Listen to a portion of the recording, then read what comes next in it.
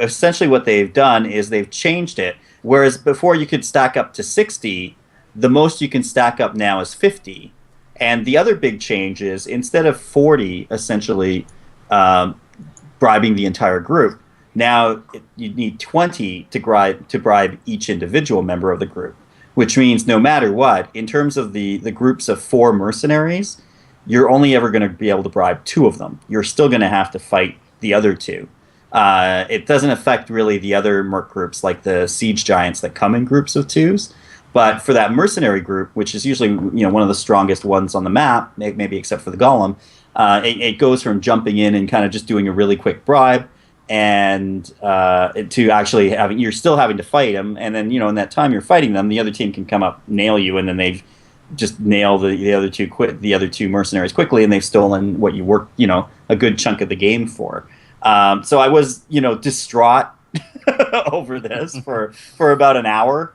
And then, basically I started playing, and I started realizing with this build is that, and it was a good thing because it actually got me fighting mercenaries, whereas before I would just wait for the bribe them, and then go back to killing minions. Whereas, if you build yourself up well enough in terms of being able to kill the NPCs, really it's not that hard to kill them off. So I'm actually sort of getting more mercs now than I was before the nerf, because I've it's opened me up to my possibilities in terms of getting mercenaries now. So it's not as big a deal as what I've seen before. I don't know what everybody else thinks. Yeah, I knew for sure that I never took bribe because I thought it was cheating. No. Hey!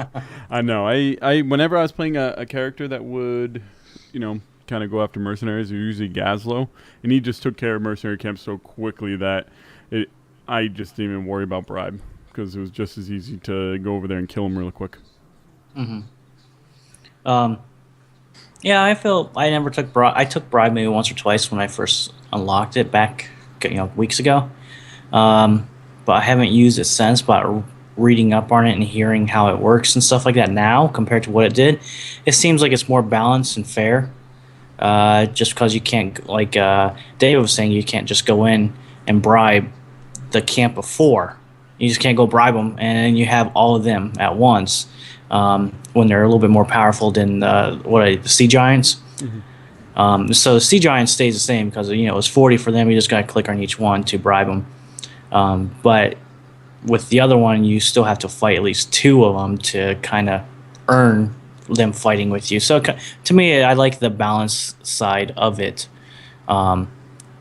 For the aspect of you're not getting this group of 4 with you automatically super fast that are pretty good because they have a buff with them too.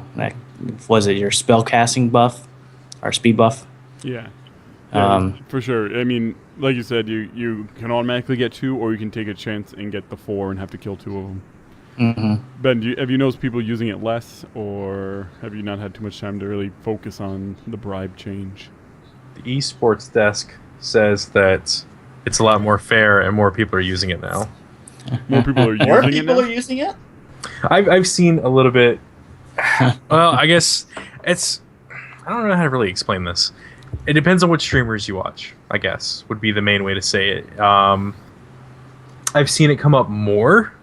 Now, that could just be a convenient timing of when I'm logging in and watching the streams, because my work schedule's been so hectic over the past 2 weeks. But people who are playing more of the support role were taking it, but it's hard to say unless you're watching it like 24/7. So it could have just been convenient timing. I personally think it's better this way, especially for the camps that are larger than 2 creeps. So who knows? Maybe this is like a reverse psychology thing, where there was nothing wrong with it, but they nerfed it to make everybody think it was OP, and so now more people are taking it. It's like, oh wow, this must be a good ability. Yeah, buddy. One thing that I noticed is, a lot of different people can grab it, with bribe. Abathur, on the other hand, where before he could take a full camp of 4, now he can't, which he can't go one-on-one with the other 2. So I think for Abathur it was a bigger nerf than to anybody else, because anybody else can take on, I think, 2 of those, the night camps, or 2 minions out of them, but he couldn't. Yeah. So I think for him, that's kind of he got the biggest nerf out of all, based on his abilities. Well, that's what you get for playing Abathur. I think too. Once you get your hero abilities at level 10, I think anybody can take almost any camp. Yeah. I mean, I was playing at Tassadar, and as long as you have that R ability, I mean, it's not hard to take. Even I'm level 11, the camp's 15. It's really not that hard. It can take a while. Mm-hmm. Really, it's just a matter of speeding up the process before the other guys show up and waste you. Yeah, and if you want to waste your R though to get a mercenary camp, because with Tassadar, the R can be pretty powerful against enemies. Like I'm able to take out an Illidan who just transformed into Metamorph at that point.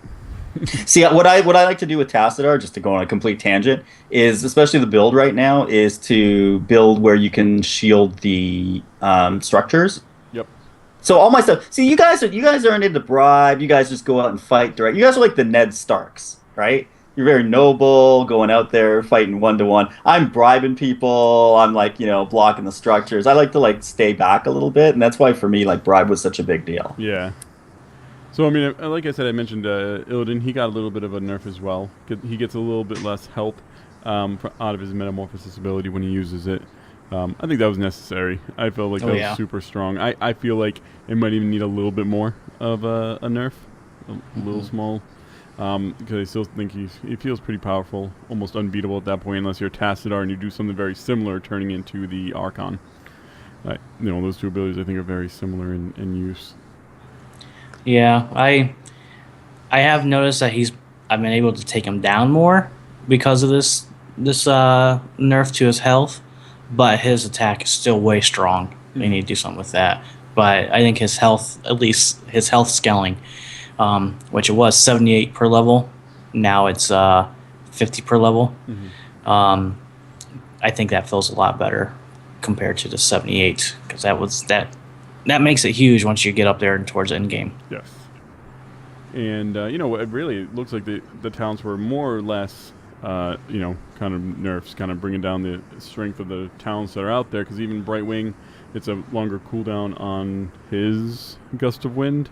Her. Or Gust of Healing. Her. It's a her. Fairy dragons, they're, they already said it was a her. Oh, yeah? Yeah. You checked under the hood? It ain't too bright down there. Zing. So, the healing pulse is reduced once per second for 5 seconds instead of 4 seconds, and you can only use it every minute rather than every 30 seconds. I think that'll help with how strong Brightwing has been in terms of healing. Like, you'd be, beating the tar out of your enemies, and all of a sudden they're all healed up to full, and you're like, what just happened? Yeah. And I think that ability had a big issue in that certain situation. And I know a ton of people that just played Brightwing all the time. Yep, she could do way too much too fast, in my opinion. That definitely will scale it down and help. I mean, she's still being played a ton right now, but that definitely helps out. Instead of having to essentially, if you're depending on how long the team fight lasts, you essentially have to do 2 drawn out team fights against the Brightwing, and then if that the second one, if everybody's low on mana and you're not doing as much damage because you're not using as many abilities, it breaks into a third team fight because she can cast that again and just bring the team right back up. So this will definitely bring that back to a normal plate where hopefully we're not doing more than 2 team fights at once. So yeah, I always just avoided Brightwing. Whatever lane Brightwing was in, I just went to the other one. You'd be like, I got middle. Then you'd see Brightwing and be like, middle's fine by itself. We don't need anyone. Yeah, middle. It's yeah, that's fine. We'll push something else. So no, it was an annoying character to play against. I hope this fixes things a little bit. I would say you probably see her a lot right now too. She is a free hero right now for this week. Yeah. So until next week, she will be out there a lot, which sucks because she is a jerk to go against. She's still too powerful. I play her. I bought her when she came out. Of course, who would have thought I bought a hero? But she's strong. I don't understand. Her attack is strong for her being a support. Yeah, no, it definitely is. And then, Raynor, another one, kind of just got a little nerf. His Inspire cooldown was increased, and his Art of War radius was decreased. So, that's the one where the attack speeds are slowed for enemies surrounding him. So you have to be even closer. So someone like Nova doesn't get as big of a doesn't have as much trouble fighting him. I noticed before, as Nova, Raynor would beat you every time if you had that ability, just because your attack speed's slower, he's able to deal damage to you and you're done. Yep. That's one I actually, I've been up against many times, especially in the, pre-wipe time when I was playing Nova consistently and was, almost at her second skin recolor. So basically, this change is all Adam's fault because he submitted emails to Blizzard because he kept losing his Nova. Yes, I'm like, Nova should not lose to Raynor, period. That's all the email. That's all the email will say. They're like, "We got you. Don't worry." But it was on a loop to keep sending it. He had like a macro set up for it. Well, the key is you actually write out the word period. You don't actually just put a period. You write it out. That's what you gotta do. They fix it. Now, kind of bug fixes. I mean, I find that Lily's blinding wind not being able to affect the Grave Golem, I wouldn't have thought of that as a bug. I would have thought of that as them just not. I would have thought that should work because she just attacks a close enemy. I can see where they don't want it to because it makes the next 2 attacks miss. So it's really powerful if you're have the Grave Golem attacking and every time she hits him with a blinding wind, he has 2 attacks that won't hit. So I can see that, but I thought I used it specifically for that reason before the bug fix. Mm-hmm. Yeah, I mean, I saw also the issue with Sergeant Hammer dealing less attack damage in siege mode than intended. I had felt that a little bit. Like I was beginning to really understand why I was in siege, like trying to figure out why I would go into siege mode, because it just never really felt like I was doing a whole lot more damage, than in tank mode, and I was also really handicapping myself. So I mean that made sense, but I kind of like when they mention it this way because instead it sounds like a buff, but really it's not. Like it's just that they messed up basically. Right. It's these bugs that you're like, man, I would never have thought it was a bug, but it was a problem that I thought was there. But I didn't think it was a problem because I thought it was working as intended, and I just, creatively used the game mechanics. And this is like slightly off topic, but I've seen a lot of Sergeant Hammers lately go through like the bushes and go up to a group of 3 enemy players and siege right on top of them and just get demolished. Okay. What? Wait. They want to die? That's weird. Lag. It's gotta be. Blame the lag. And then the, Tacitus force wall not working properly. I never came across that. I was always blocked by it. I don't know if you guys ever saw that at all, but I don't know. It always stopped me from going where I wanted to. Yeah, me too. Never. For some reason, it never worked that way for me either. So usually, I ended up respawning in 46 seconds or whatever. Exactly. So. And I think they finally figured out what was causing the big bug between the upper and lower levels of the Haunted Mines, because it looks like a bunch of abilities and talents are finally working as they're supposed to. And it's funny because I forget if we were just talking about it in general, if it was on the show where Nova's precision strike shouldn't work underground because it's coming from the sky, but obviously they want it to work underground at this point. Yeah, some of these are a little interesting though, like the mule. Well, that's so that you can be underneath and use it up top. Yeah. So before, if you were in the bottom section in the actual mines, you couldn't call a mule to help you up top at the same time. I guess I've been playing that ability wrong because I thought you had to be near the structure to do that. No, I think you can be anywhere on the map, if I remember right. I could be wrong. So I've been buffed out of my stupidity, basically. I've noticed playing Elite Tauren Chieftain and Brightwing as well. They did have issues.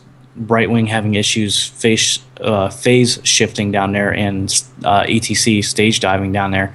Mm-hmm. You couldn't do it. Sometimes it worked, sometimes it didn't. So I'm guessing that's why they were calling it a bug there. But now that you have the ability to do that, it's great for when I play those characters again. Broken. Sorry. ETC smashes through the floor. He rocks so hard he just breaks through the ground. Okay. It makes perfect sense. Just don't think about it too much. Yeah. The less you think about it, the more sense it makes.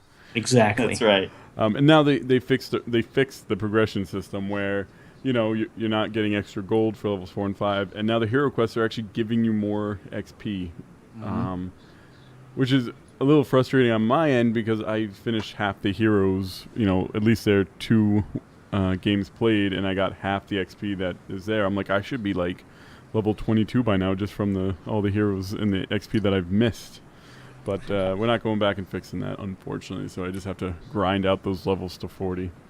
I'm in the same boat. Slow. I did a lot of the play 2 matches on Sunday and Monday, and this comes in Tuesday. So I'm in that same boat. Yeah, I felt it was going a little slow. Yeah. So. Yeah, I definitely felt a little slow in the XP. I think I'm a little bored with just the play 2 style of those quests anyways. I think they need to go back to the way they did it before or have something different. And I didn't realize that you actually got XP for the 3rd step and the 4th step because they don't tell you get XP. Those are the 2 color tints for your... Yeah, I'd actually stopped doing that because I thought you couldn't get XP. I wanted to get all the 2 and 4 ones, right? And so that's why I don't have any color tints as of yet. So I'd actually stopped, but it's actually nice to know that you do get it. Yeah. And it actually makes sense. Quest 1 gives you 150 for 2 wins. Quest 2 gives you 300 for 4 wins, so it's double. And then you need 10 wins for Quest 3, so it's a little more than double the 300. They've really made it so it's equal to the number of wins that you need. I kind of like how they balanced it properly, and it's not just some random number that they picked. It made a little more sense than where it was at before, I think, in terms of amounts. But is this a linear progression in XP? Because, can you basically get the same XP by playing 100 games as one hero as you would just playing 100 spread out? Because looking at it, you get 150,000 for playing 2 games, and you get 750,000 for playing 10 games, which is exactly 5 times the amount of games and 5 times the amount of XP. Yep. So you could play the same hero, and you just don't get as often an XP bonus, but you get the same amount if you hit that quest being completed. Interesting. Okay. So that's what I was saying is it's like you said, linear. It doesn't matter if you play the same hero over and over, but if you play the same hero, you get the extra bonuses. Where I like just being able to get all the 2s done, just so I can say, hey, I have all the 2s done. And I'm getting a little bit of XP every now and then. It's more like, the carrot's not so far ahead of you. You need constant reassurance. Yes. Which later on will come bite me in the butt as everyone needs 10 wins to get a quest done. Yeah, that's true. So did any of you guys have any kind of final thoughts on the patch notes from this week? Yeah, not too much, really.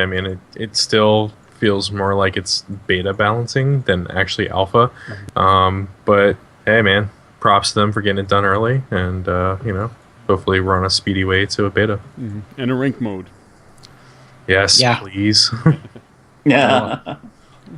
Now, I'm going to be trying out kind of a new section of the show, and I call it From the Forums. Basically, it's just a few things I've seen on the forums, kind of quick little topics that I kind of interested in what you guys feel, in regards to those. So the first one is the ability to body block. And for those of you who don't really know what I'm talking about, it's basically being able to physically stand, and stop your enemies. Now, it's not a problem one-on-one, but I feel personally that it becomes a problem when you have big champions, Diablo, Stitches, and Sergeant Hammer, where they're able to, it's almost like a bonus for being big. They can corner somebody more easily than, say, a Nova would be able to and stop them from coming out of where they are. I get very frustrated when this happens to me. Do you guys think it's a problem, or do you think it's just you have to be smart enough not to get caught in the corner with these big creatures kind of surrounding you?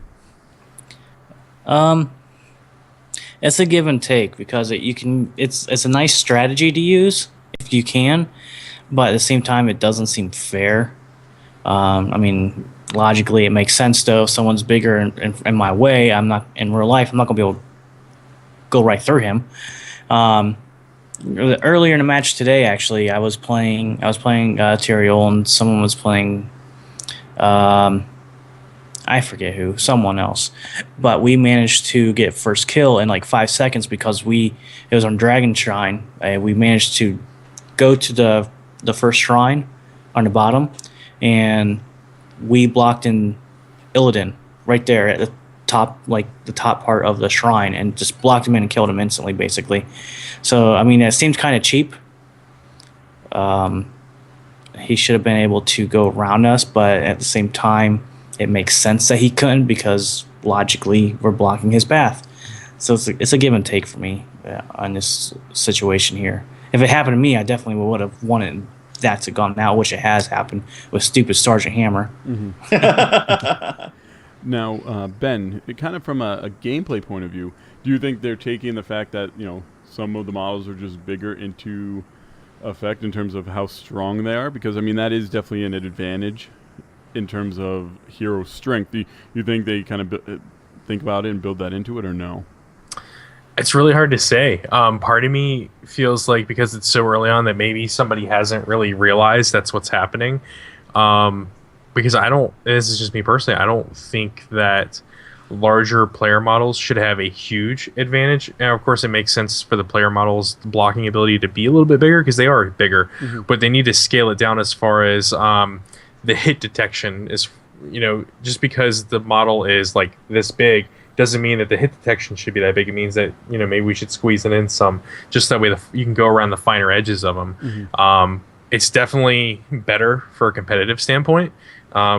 But I personally think the models, at least maybe not the graphical look, but the physical assets need to be shrunken down just a little bit. So that way it's not like if you put a Stitches and a Sergeant Hammer and a Diablo right next to each other versus, two people, that they're just going to be able to block him in place completely. So it needs some work. Yep. Kind of shrink the bigger characters, maybe make the smaller characters a little bit bigger to kind of do a little bit of a more balanced look at it. Yeah, that and this is kind of off the topic, but it plays a very small amount into this. Bring the camera out a little bit as well. Or the same thing too is pathing. I think plays a little bit into it as well, because sometimes you'll click the path and they'll be able to get you in there just because you're pathed incorrectly. So I think these are little things that just are going to get fixed. David, we haven't really heard from you on the topic. What do you think? Hey man, I disagree with you guys. I love the idea of body blocking. It's like bigger's better, survival of the fittest, Cobra Kai, man. That's it. Like you get caught, you go down. I mean, I like it because it's like it's just an actual tank mechanic, right? If I'm playing Stitches and I got my little Brightwing flittering around being OP behind me, and you're coming at her, I'm a big guy, I should be able to block you out from going after her, or otherwise be able to block you into a corner and let Illidan go at you. I mean, to be honest, this is kind of the first time I've actually felt like tanking feels like tanking in essence, as opposed to just some cheesy mechanic where I'm hitting a button like in raiding, where I'm taunting this monster who for no particular reason is attacking this prot paladin, as opposed to the guy who's doing 400,000 damage on him, So, I mean, in this case, it's an actual kind of like, I was going to say real world, but in the real world, I'm not an 8-foot tall, 3-armed guy. But, this is an actual kind of like feels real type of mechanic. So, I mean, I like the idea of the body blocking. I think it's pretty cool. I like it too, David. I'm with you on that. So, yeah, that's like the first thing. We're not locking horns on. I know. I was going to say, I don't think I'm against the body blocking. I just think it needs to be built into the relative power of the hero.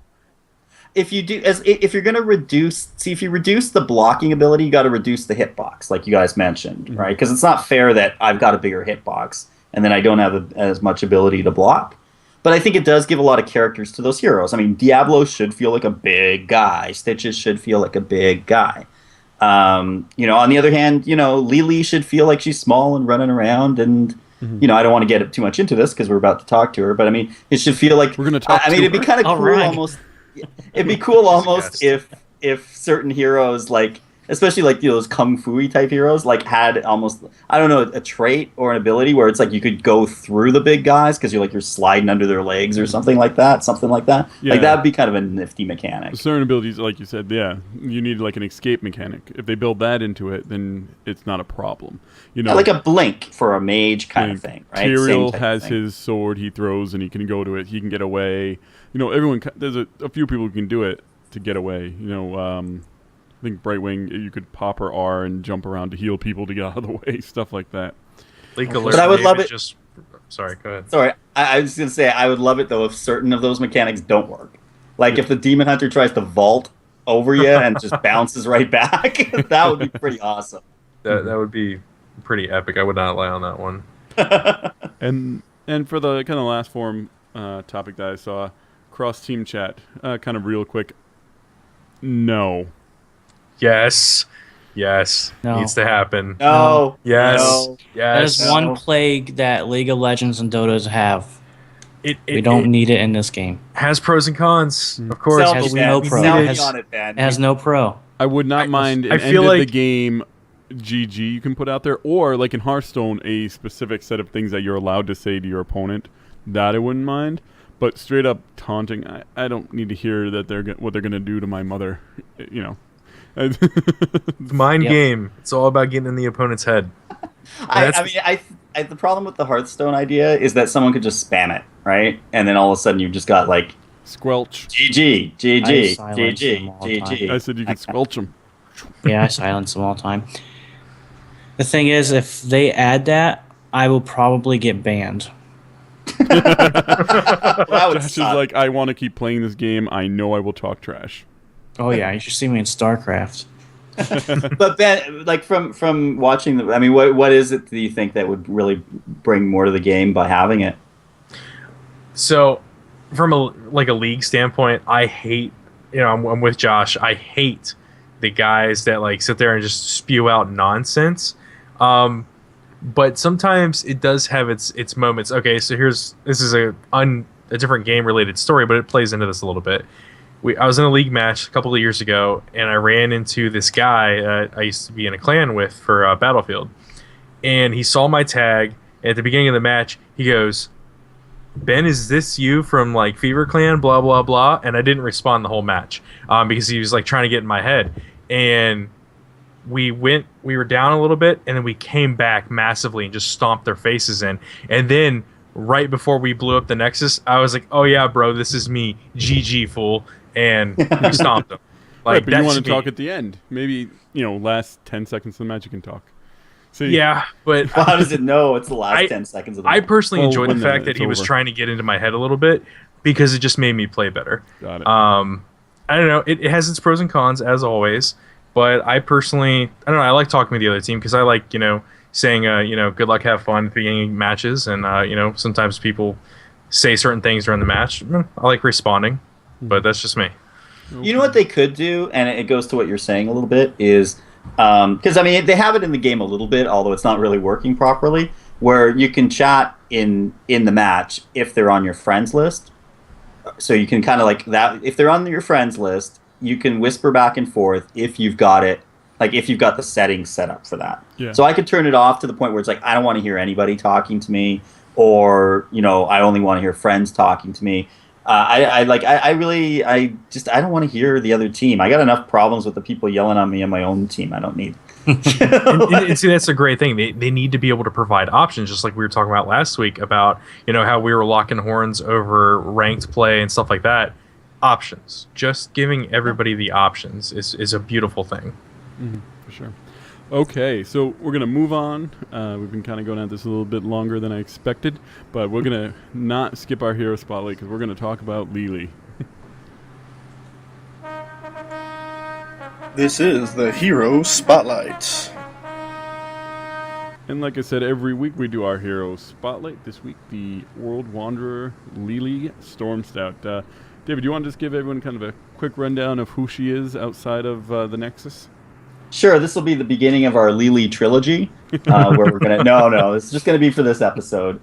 Basically, Lily's a Pandaren, which is your classic, anthropomorphic, panda type character.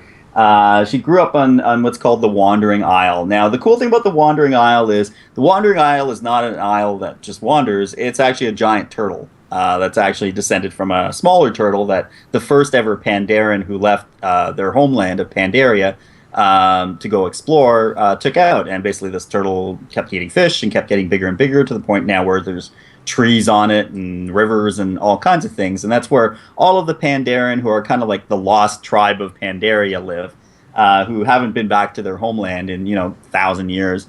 And but are much more open to exploring the world, and Lily really epitomizes that. Her whole thing is that it's very much the character, kind of a Pippi Longstockings type character. Want to go out, explore the world, get in trouble. It's like classic 10-year-old girl, kind of just want to go out and have adventures. And she's gotten a chance. She's very much inspired by her uncle, who's Chen Stormstout, who anyone who's in the alpha has seen a lot in all the loading screens and such. She's gotten a chance to visit parts of Azeroth, and actually in the game she has managed to basically meet up with her uncle and then, visit her homeland of Pandaria, where you can actually meet her when you're playing in the latest expansion, Mists of Pandaria. So there's some fun stuff you can do in there. Also, in terms of if you want a little bit more lore about her, there is a graphic novel out there called Pearl of Pandaria, which is really kind of cool, and that's available at any bookstore or Amazon or online store. There are bookstores? No, I'm just kidding. Hey, I'm still old school, man. I want to go there with my, With your coffee, Trapper Keeper? sit there, my Trapper Keeper, my pencil box or whatever. Yeah, I go there. Crayons. Now, as you guys probably already know, Lily's support character. Her heroic trait is fast feet, and basically, as soon as she's been hit by an enemy attack, she runs 20% faster for a second. So she has a "I need to get out of here" ability, just built in. And then she also has what's called Healing Brew. She tosses a refreshing cup of brew to the lower health ally within range, prioritizing heroes over minions, but it will not target herself there. It also has a hybrid support ability, Cloud Serpent. Lily summons a baby Cloud Serpent to assist the target allied hero. The Cloud Serpent follows the hero around and attacking nearby enemies. One of her big abilities is Blinding Wind. We talked a little bit about it before. The explanation is Lily throws a cloud of blinding wind at the 3 nearest enemy heroes, dealing damage. Minions will be hit if there are not enough heroes in range. So, it's not even a smart damage ability. That's the amazing thing about this character. Everything's kind of like built in for you. The targets are blinded, missing with the next basic attack for 4 seconds. So there's a little bit of utility there as well. Mm-hmm. And she really has a choice between a DPS and a support heroic ability. She has a Jug of 1,000 Cups, which rapidly tosses out healing to nearby allies, prioritizing heroes over minions, and doesn't target herself at all. And then a Water Dragon, where she summons a Water Dragon that charges an attack for 3 seconds and does damage to the nearest enemy hero. Enemies that are near that target take half the amount of damage. Now, one of the things that is like her big thing is that they're pretty much auto attacks everything. It's like it'll hit somebody, who's closest. It'll heal the most damaged ally. Gets really frustrating when she can't heal herself with her 2 healing abilities. I don't like that, honestly. Mm-hmm. I don't like that part of her, because sometimes you're in a lane by yourself and she's useless by herself. She's like the one hero that needs to be with someone. Even though there are others like Brightwing who work better when someone's around, they don't necessarily need somebody else around. Isn't that kind of funny? Because I remember when they first introduced her, the whole thing was like, oh, it's Lily and she doesn't need to be babysat. Right. I was just thinking that. She's getting a little older. She needs to start babysitting people. So she needs to sit there and babysit. She's a babysitter. Yep. You have a talent where the Healing Brew will heal you, but you still need somebody within range to get the healing, because you need to actually be able to cast it in order to get the healing. Maybe by minions. It'll work with minions. Yeah, but who wants to waste it on minions at that point? Well, it's very low mana. Yeah. She's a sidekick. I very rarely ran out mana with her. She's a sidekick. Her mana is Yeah, she's got to be a sidekick to someone. Man, a Robin skin. Lily the girl hostage. The girl wonder. And that means But you can. they would do Chen Stormstout as like a Batman. Man, Rexar is Batman. Rexar is Batman, yeah. You can have a talent though with Cloud Serpent to where it can heal the person you apply it to. Heal at first for 200, so it can heal your. You can apply it to yourself. Yeah. No, that's And that gives you a little bit of a DPS too. Yep. I actually really like doing the talent where you actually get a lower cooldown on the Cloud Serpent, so you can actually have 2 Cloud Serpents out at a time. Mm-hmm. That actually helps a lot, especially if you want to take out some mercenary camps, I find. Yeah. Which is definitely helpful. Mm-hmm. Any other thoughts, kind of strategies you've seen, David, with Lily out there? Well, I mean, to what you said a little bit about her not really being able to heal herself, I've seen some strong, like, Brightwing, Lily, Uther lanes man. that I've run into, and that is really annoying. So that's, again, an example of a lane I just don't go into. I played a match And, with that group, plus Malfurion and Tyrande. Yeah. 5 supports, and they beat us ridiculously. We had 4 assassins on my team. We just couldn't kill them. Yeah. You'd have to be really organized to do it. Like, you'd have to know exactly who you're going after. Mm-hmm. Yeah, I feel like a group of supports is so powerful, and Lily, because she needs somebody around her, I think she's a little bit stronger because she needs that extra person with her. So they're like, okay, when she's by herself, she'll be a little weaker, but she'll be stronger with a friend. Mm-hmm. Sure. I know. And then in terms of skins, they have her Dora the Explorer skin, which is kind of very generic that I kind of expected out of her because that's what she is, except she's Pandaren. Yep. She even has the map. Yep. And the backpack. So I do. Oh, go ahead. Oh, I was going to say, go ahead. I was gonna say I do really, and I mean Lily. Yeah, she's easy to play. Very smart casting stuff. She's a lot of fun to play if you haven't played her. She's really fun. I usually spec mine as healing, just straight up healing, not really DPSing any. But she's a blast to play if you like that type of character. Mm-hmm. I mean, if you're a little scared to play support or you haven't played support before, really good starter character. Mm-hmm. Yeah, I totally lied. It's not that the cooldown on the dragon is slower. It's that it lasts 100% on the Cloud Serpent, so it doubles the time that it lasts. Not that's right. Yeah. With that, and then the other one is the water dragon. I really like the double dragon talent at level 20. First, because it's named after a awesome game, and second, because you summon your water dragon, and then another one gets sent out right away, which works really well if you want to kind of go a little more DPS with her. So, any final thoughts on Lily?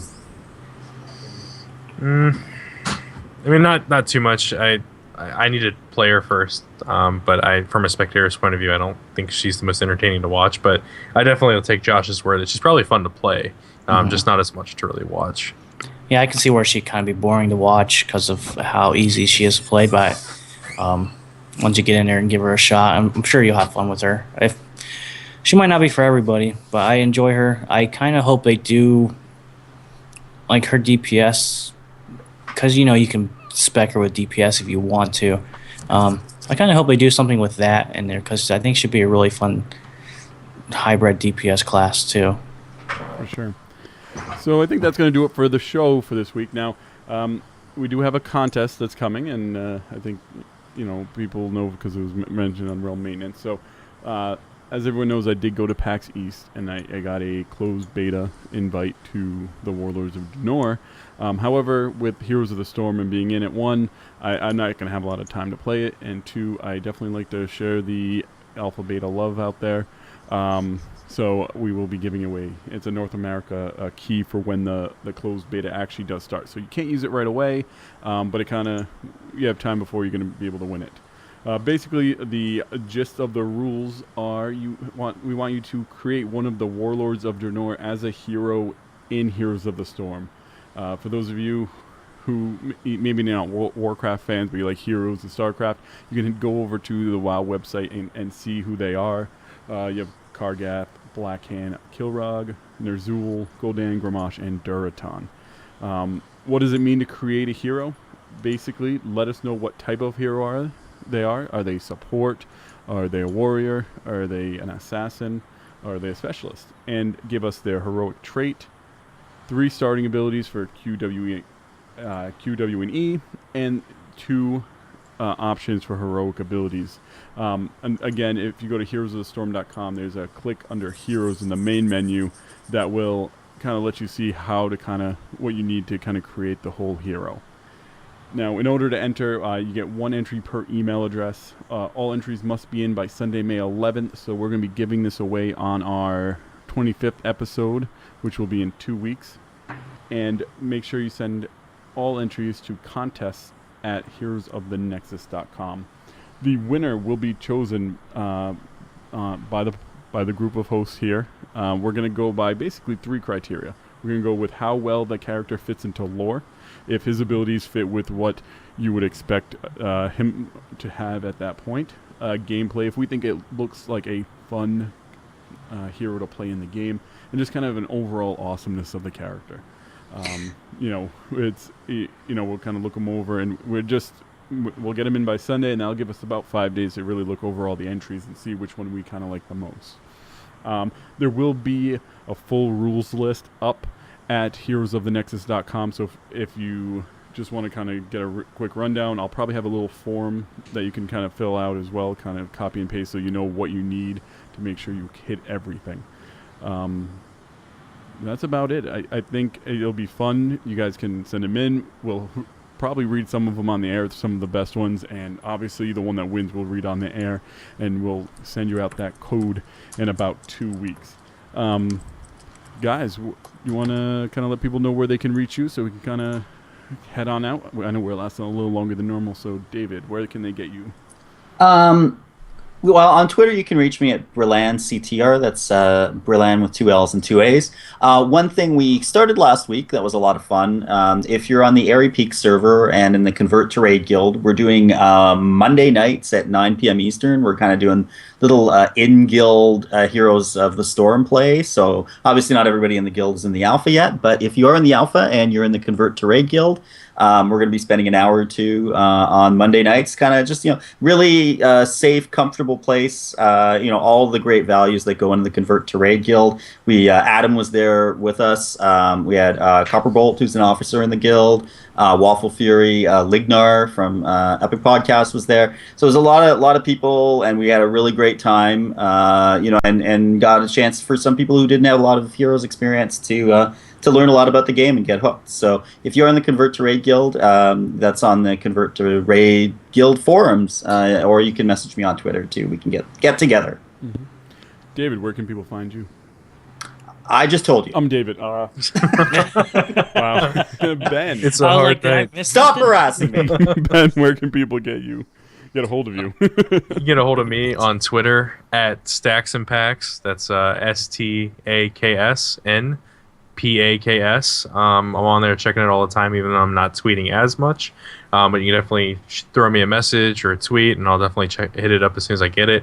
Also, check me out at obj1.net for an industry gaming podcast. We'll be recording another episode on Sunday, live on Twitch at 6 p.m. Eastern. And primetime Josh Williams, where can people get a hold of you? You can get a hold of me at Pakawan_AIE. It's spelled PAKKUAN_AIE.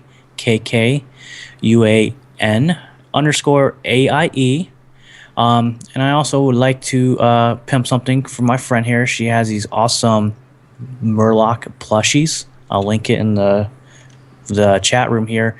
It's at etsy.com/shop/world of ZENEDORE. And they're pretty cool little Murloc plushies that she makes there. But other than that, that's about it for me. Do we get a stipend on everyone that gets sold through the show. No, I'm just kidding. You'll actually be able to, for those of you listening, I will throw that in the show notes so that way you can just click on it, make it a little bit easier as well. You can reach me at Geek of Random or the show directly at the Nexus Podcast. You can find us all over the internet, Twitch, YouTube, iTunes. For those of you listening, come and join us Friday nights at 10 Eastern Time at twitch.tv/Heroes of the Nexus. One final kind of bit of news, which I probably should have done sooner, is unfortunately, Blizzmaster is shutting down, which means we are no longer going to be a part of the Blizzmaster network. We want to thank everyone over at Blizzmaster for the time that we were part of the network. I want to thank Rem, for being on the show, for running Blizzmaster. Wish her all the luck in everything that's going on with her in terms of her gaming. I know she's been a lot of time in Smite lately. That's about it. We'll have more news in terms of network and stuff next week because we are in talks with some people. So have a great weekend, and we will see you all around next week. Thank you very much, and goodbye. See you guys. Bye, everybody. Night, everyone. And stop. Stopped. Boom. Man, I'm going to have to do some editing on my end for my thing. Thought you'd left your car on in the garage or something there. Yeah. No, what happened? When my mic shut off, it actually, stopped my recording, too. So, I think I talked for, 30 seconds, and then I'm like, oh, it's not recording anymore. So I need to, fill in what I said. So, That's okay. I thought it was a good show. No. I'm not. No, I'm just thinking my work at the end. What I just have to fix. Because of me. No, I love the show. When all of a sudden I'm like, man, it's 11 o'clock. Yeah, it was fun. I couldn't believe it. We did an hour and 11 minutes or so, which is fine. I want to check out these Murloc plushies here. They look so cute. Yeah, they're pretty rad. Are these child safety safe? Because I got to start thinking about these things now. She's in chat room. Yeah, that's sort of where I was aiming the question. Oh, I thought you were asking me. Yeah, well, I'm asking you too. Then 40 seconds. Have you? Can I swallow one? You probably could, but I wouldn't recommend it. Who do we have in the chat room? Oh, everyone's like me. They don't see you guys anymore. They see my. So cute. So we see your Audacity. My Audacity just goes fixing something real quick. Let's see. So it's pretty much just us in the chat room, huh? I'm just us and I'm counting DJ, Billy Hype, Mr. Law Walker, Tahu. I'm debating something right now. So, nah, I won't. I'll let them be surprised. Anyways, that's about it, guys. I know me and David. David, do you have time to record our Minnesota? Yes. Yes. You guys want to play a little Heroes as well? Yeah, I'll probably. Sorry, Ben. I don't mean to bring that up. It's okay. Get your hits in when you can. It's fine. No, it wasn't meant to be. It's gonna be crazy because then he's gonna actually create a whole new login and everything, and he's gonna be like, I'm gonna get them. He's gonna have a different username, and he's gonna be like, yeah, I'm gonna kill them when they're not. I think when Ben gets in, he's gonna kill us anyway. Unless we can. I think we'll be been queuing up messing together around. anyways. I want him to be on my team, honestly. Did you guys see that you can go on your battle.net account and download Lost Vikings and Rock and Roll Racing? For free? Can you? Yeah. What? Yeah, it's for free. Really? Hey, I gotta do the Lost Viking and get all that lore. Yeah, because they're gonna be in the game. We've heard the question asked 30 times now. Adam, do you think they're gonna be in the game? I believe they might. They I don't want to think really so. try and put them in there. I think they're done with it. It's gonna be a little hard to, I wonder how they're gonna do it where you're controlling 3 heroes at once. Maybe you have to switch out between them. They all have their own set of abilities. It'd be like, did you ever play Smash Brothers for the Wii, where they had a Pokemon trainer? You could switch between the 3 Pokemons. Yeah, kind of like what's his name in Mortal Kombat, where you could turn into anybody. Jao Kahn. Oh yeah. You could turn into anybody, so you had how to use everybody. So this one you have the 3, and you kind of just switch between them. You're like, I have the fast guy, I have the strong guy, I have the whatever the other guy was. Wait, I have a stupid question. Where is this at? In your battle.net account, where it says account, and you see your game accounts and like the summary tab, go over to games and codes, and go down to download game clients, and it'll be at the bottom, like they're in the classic games section. Oh, that's so awesome. Yeah, they got Blackthorn, Next Lost week, Vikings, and we're Rockwood going to be Racing. playing Lost Vikings instead of podcasting. It's our new. We're changing the format. It's the Lost Vikings. We're the first Lost Vikings podcast. Yes. Or you know what? Just do like a 10-minute Lost Viking. You know, like the way they used to do with comic books, where like you'd have your main story and then you'd have like the backup story. Mm-hmm. You guys don't remember this, do you? Not really. Oh, right. Jeez, never mind. It's gonna go back into my time capsule. We'll record 50 Yeah. minutes of Heroes of the Storm and 10 minutes of Lost Vikings every week. That's right. I had to laugh though when you were saying that like 3 different heroes. I pictured the Lost Vikings hero being exactly the same as Murky, where it's just this little Viking coming out of a ship over and over again. Yeah. I can't I'm wait. I'm excited to see it, and I definitely want to see the Lost Vikings. But before we get Lost Vikings, need to see a Nubarak, Skeleton King, and Cho'Gall. Chen Stormstout. And Chen. I'll give you that one. Okay, well, we're I going wanna to see bring down Mink. the stream, guys. Thank you again for coming. Remember, if you're in the stream, make sure to get in those entries, because I'd love to give it to you guys. And Tahu, you're like the lore man. You should be pretty good at it. That's right. We don't want to see any healing Guldans or anything. Yeah, I have high expectations for you. Kind of bummed I can't enter. I already have like an amazing mock-up for Gul'dan. Oh yeah. Well, if you'd like, you can put it in. And I can be like, here's an example from.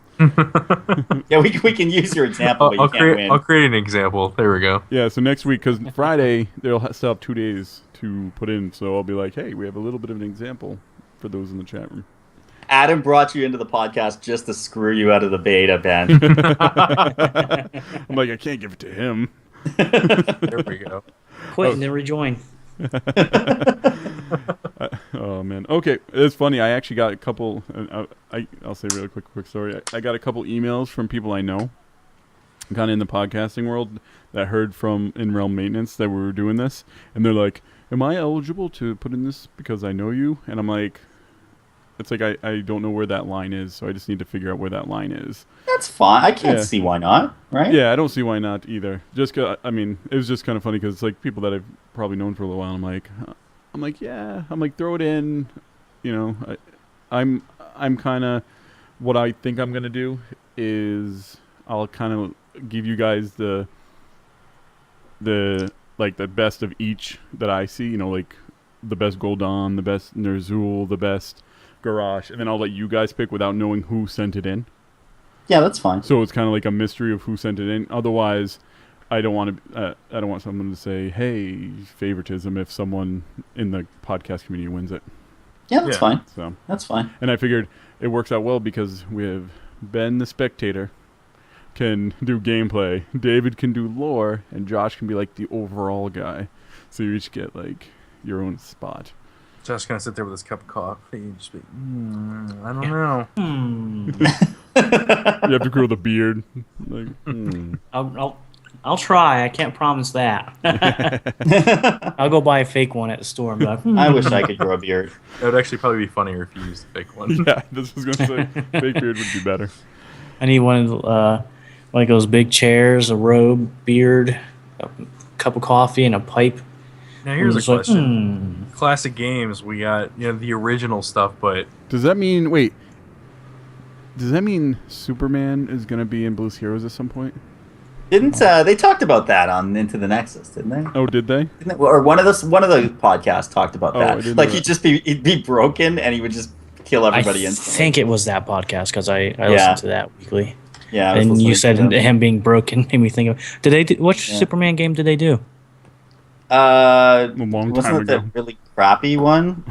which real crappy Yeah, as long as it really. wasn't the Nintendo 64 version. one? Yeah, I think that might I have think been it may well have been. No, I don't those know. are- Blizzard don't- Superman game. I hope it not. That would make me The super Death sad. and Return of Superman. That's what it's called. Oh, I'm watching the gameplay right now. 1994 SNES and the 95 Mega Drive Genesis. The Death of Superman. Now that's lame. And the Return. Don't forget that. It's like a side-scrolling brawler game. Yeah. Well, that's all that they were back then. Everything was It's a side-scrolling. superhero brawler. Yeah, a superhero brawler. They had a super sweet Marvel game out at this time that was like this. I forget what it was called, but it was awesome. The X-Men game. This game's like Double Dragon. Yeah. So, okay. I'm really taking this down so we can record that and play a little bit before bed because I have to go to work tomorrow, but I want to play more. Yikes. Thank you guys all again. Tahu will be talking to you about something completely unrelated later on because it's going to be fun. I'll talk to you later. Bye.